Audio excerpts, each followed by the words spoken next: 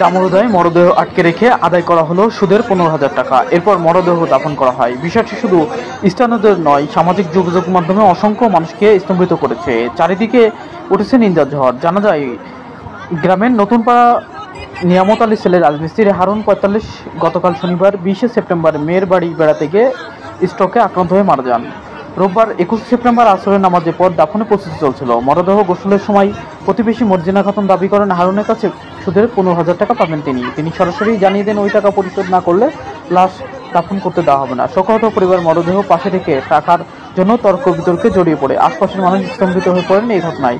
প্রায় 1 ঘন্টা পর পরিবার বাধ্য হয়ে টাকা দিয়ে মিটিয়ে দেয়। টাকা হাতে পেয়ে মর্জিনা স্থানীয়দের ক্ষোভ ও দোষরদের মুখে সটকে পড়েন। এরই মধ্যে পুরো ঘটনা ভিডিও ছড়িয়ে পড়ে সামাজিক যোগাযোগ মাধ্যমে।